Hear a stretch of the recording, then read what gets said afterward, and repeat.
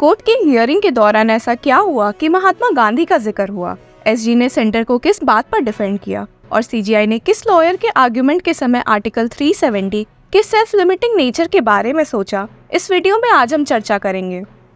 2 अगस्त से चली आ रही आर्टिकल 370 के खिलाफ की फाइनल हियरिंग को आज 9वां दिन हो गया है। खैर, आपको जान के खुशी होगी कि आज सारे पिटिशनर्स ने अपने आर्गुमेंट पेश कर दिए हैं और अब रिस्पोंडेंट्स की बारी है। The Constitution Bench hearing the matter comprises of Chief Justice of India D.Y. Chandrachud and Justices Sanjay Kishan Kaul, Sanjeev Khanna, B.R. Gavai and Suryakant। Hearing के अंत में सीजीआई ने क्या अनाउंसमेंट की है उस पर भी हम फोकस करेंगे। पिछले कई वीडियोस में आपने देखा ही होगा कि कितने इम्पोर्टेंट सीनियर एडवोकेट्स ने पिटिशनर्स को इस मामले में रिप्रेजेंट किया था। उसमें से कपिल सिब्बल, गोपाल सुब्रमण्यम, दुष्यंत दावे, जफर शाह भी शामिल थे। पिछले दिन के हियरिंग में 5 एडवोकेट्स ने अपने आर्गुमेंट्स पेश किए थे और आज भी कई एडवोकेट्स ने अपने आर्गुमेंट्स बेंच के सामने प्रेजेंट किए। पिछले दिन के हियरिंग में कुछ समय होने की वजह से सीनियर एडवोकेट नित्य रामकृष्णन ने अपना बस ये आर्गुमेंट बेंच के सामने पेश किया था। She said, integration is neither a linear concept nor a quantitative one. I will be on shared sovereignty and integration principle. और इसी के साथ पिछले दिन की हियरिंग का समय समाप्त हो गया था। 9वें दिन की हियरिंग की शुरुआत एडवोकेट नित्य रामकृष्णन से हुई थी। आपको बता दें कि वे पीपल्स डेमोक्रेटिक पार्टी की ओर से पेश हुई थी। अपने आर्गुमेंट स्टार्ट करते हुए उन्होंने कहा कि ये अजम्पशन के आर्टिकल 370 टेम्पररी है, बिल्कुल गलत है। शी सेड, स्पोकन और unspoken assumption is 370 is temporary waiting for greater integration. It is fallacious. This assumption that Jammu and Kashmir is not integrated is not correct. Once they acceded, they became Indians. अपने argument को बढ़ाते हुए उन्होंने ये भी कहा कि political sovereignty लोगों के साथ मौजूद है और इस कोर्ट ने ये रिकॉग्नाइज भी किया है। उन्होंने ये भी कहा कि आर्टिकल 370 इंडिया और तो और जम्मू और कश्मीर के लोगों के विल को रिप्रेजेंट करता था। She said, Article 370 reflects and incorporates an entrustment of popular sovereignty to a divisible and shared legal sovereignty between the center and the state। एक गवर्नर के इम्पोर्टेंस पर जोर देते हुए उन्होंने ये कहा कि आर्टिकल 370 को रिमूव करने के लिए गवर्नर का कंकरेंस लेना बहुत इम्पोर्टेंट था। She said, a governor not advised by the Council of Ministers is not recognized by 370. Therefore, any CO issued during the President's rule is not competent। Former governor of Jammu और कश्मीर सत्यपाल मलिक के एक interview के बारे में discuss करते हुए नित्या ने focus किया कि इस मामले में गवर्नर को आर्टिकल 370 के रिमूवल के बारे में कोई खबर नहीं थी और ऐसे में वे अपना कंकरेंस कैसे दे सकते थे। हालांकि उनके इस इंटरव्यू के जिक्र करने का सेंटर की ओर से मौजूद एसजी तुषार मेहता ने विरोध किया। उन्होंने कहा कि इसे पहले लिस्ट नहीं किया गया है और तो और जस्टिस कौल ने इंटरव्यू को एक पोस्ट फैक्टो स्टेटमेंट बताया जिस पर एडवोकेट नित्या ने भी अपनी हामी भरी।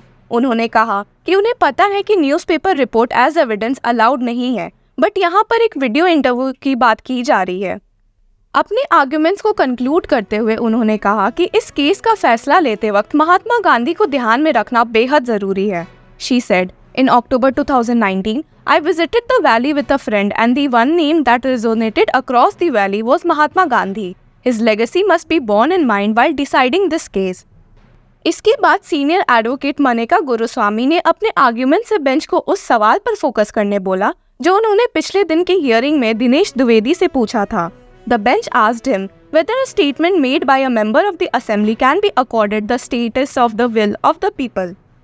गुरुस्वामी ने ये सवाल इसलिए उठाया क्योंकि उनका मेन फोकस ये था कि इधर एक नहीं बल्कि 2 कंस्टिट्यूएंट असेंबलीज की बात की जा रही है। She said, It is not about the Constituent Assembly of Jammu and Kashmir alone. It is about the promise made by the Indian Constitution also। हालांकि आपको बता दें कि सीजीआई ने उनके डिलिमिटेशन के आर्गुमेंट्स को सुनने से साफ मना कर दिया। ऐसा उन्होंने इसलिए किया क्योंकि उन्होंने पिछले कोर्ट हियरिंग में इस मामले से रिलेटेड एक ऑर्डर पास किया था। हालांकि गुरुस्वामी ने सीजीआई का विरोध करके अपने आर्ग्यूमेंट्स को एंड करते हुए बोला, but all parts falling out of abrogation is open for arguments including delimitation. We made promises through our drafters and it is only constitutional integrity to keep our promises. इसके बाद senior advocate Manish Tiwari bench के सामने पेश हुए थे। वे अरुणाचल प्रदेश के एक politician की ओर से एक इंटरवेंशन एप्लीकेशन के मामले में कोर्ट में मौजूद थे। आपको बता दें कि उन्हें आशंका थी कि जैसे जम्मू और कश्मीर स्पेशल स्टेटस सेंटर ने छीन लिया था, वैसे ही नॉर्थ ईस्ट स्टेट से उनका स्पेशल प्रोविजन भी छीन लिया जाएगा। He stated, Even a slight apprehension on the periphery of India can have serious implications before I come to the Northeast. हालांकि सेंटर की ओर से पेश हुए सॉलिसिटर जनरल तुषार मेहता ने उनको बहुत क्लियर वर्ड्स में समझाते हुए कहा कि सेंटर का ऐसा कोई भी प्लान नहीं है. He stated, "We must understand the difference between temporary provisions such as Article 370 and special provisions which is applicable to the Northeast. Central government has no intention to touch the special provisions." उन्होंने मनीष तिवारी को तर्क देते हुए बोला कि उन्हें ऐसी बेकार की बातों पर नहीं फोकस करना चाहिए. CGI ने भी तिवारी को जवाब देते हुए कहा, "Why should we go into apprehensions at all when center has no such intention? Why should we apprehend this if all apprehensions are allayed by the statement of the central government?" Justice Kaul ने भी इस मामले में add करते हुए कहा, "See, Article 370 is a temporary course. It has been argued it is not, but that is the context of the case." Manish ने खुद का पॉइंट समझाते हुए कहा कि वे सेंटर गवर्नमेंट को रिफर नहीं कर रही, बस एक बड़ी प्रॉब्लम को एड्रेस कर रही है. हालांकि CGI को ये बात नहीं जमी और उनका इंटरवेंशन एप्लीकेशन तुरंत डिसमिस कर दिया.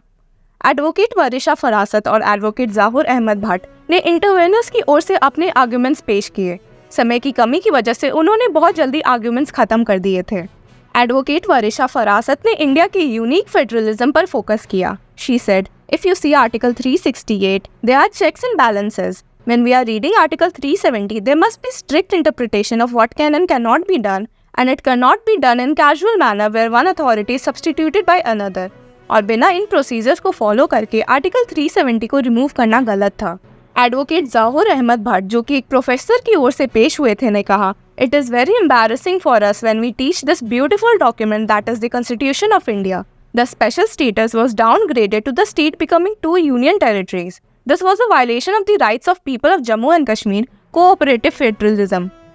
इन सब के बाद सीनियर एडवोकेट गोपाल शंकर नारायण ने अपने आर्ग्यूमेंट्स बेंच के सामने पेश किए. आपको बता दें कि पिटिशनर्स की ओर से पेश होने वाले ये आखिरी एडवोकेट है. वे शोएब कुरैशी, जो कि इस कोर्ट में एक एडवोकेट ऑन रिकॉर्ड है, उसकी ओर से पेश हुए थे. अपने आर्ग्यूमेंट को स्टार्ट करते हुए उन्होंने समझाया कि ये बस कश्मीरी लोगों का मामला नहीं है. He said, "This is not the case for Kashmir or Kashmiris, but the abuses the executive can help on the constitution with the means adopted as here." उन्होंने ये भी कहा कि आर्टिकल 370 का इंटरप्रिटेशन इतने समय से कंसिस्टेंट चला आ रहा है. हालांकि इस बात पर CGI ने उन्हें समझाते हुए कहा, "Article 1 is a permanent feature of the Indian Constitution. What was the reason why 371 called for application for Article 1 of the Constitution? It is because during that interim period where other articles could be modified, Article 1 can never be modified. This shows that Article 370 was never of permanent nature." हालांकि advocate Gopal ने समझाते हुए बोला कि article 368 एक पूरे constitution को repeal नहीं कर सकता है. CGI ने आर्टिकल 370 के सेल्फ लिमिटिंग नेचर के बारे में सोचते हुए कहा, "Can we not read Article 370 and indicate 2 terminal points? The first terminal point is in Clause 2 of Article 370, namely the formation of a Constituent Assembly for framing the Constitution. The second terminal is indicated in Article 370 Clause 3, which again refers to the recommendation of a Constituent Assembly." CGI ने यह भी notice किया कि article 370 constituent assembly के form होने के बाद क्या करना चाहिए इसका कोई इंडिकेशन नहीं देता है. He said, "If the terminal point of Article 370 is the Constituent Assembly's work, then is it not necessary that the work of the Constituent Assembly of the state of Jammu and Kashmir has to be embodied in this constitution to make it operational?" हालांकि इस पर advocate Gopal ने साफ किया कि ऐसा कुछ करने की ज़रूरत नहीं है क्योंकि कॉन्स्टिट्यूशन ने इस मामले पर कुछ प्रोवाइड नहीं किया है. हालांकि CGI ने उन्हें जवाब देते हुए कहा, "If a text itself shows its self-limiting character, the whole operation of Article 370 has to come to an end once the Constituent Assembly comes to an end." Advocate Gopal ने अपने आर्ग्यूमेंट्स कंक्लूड करते हुए कहा कि उन्होंने और भी डॉक्यूमेंट्स बेंच के सामने पेश किए हैं जिसे कोर्ट अपने फ्री टाइम में पढ़ सकती है. इस पर CGI और जस्टिस कौल ने कहा कि उन्हें महीनों लग जाएंगे इस डॉक्यूमेंट्स को पढ़ने में. और इसी के साथ कोर्ट की हियरिंग का समय समाप्त हुआ. इस न्यूज़ सेगमेंट से जुड़े रहने के लिए कीप फॉलोइंग लॉ चक्रा.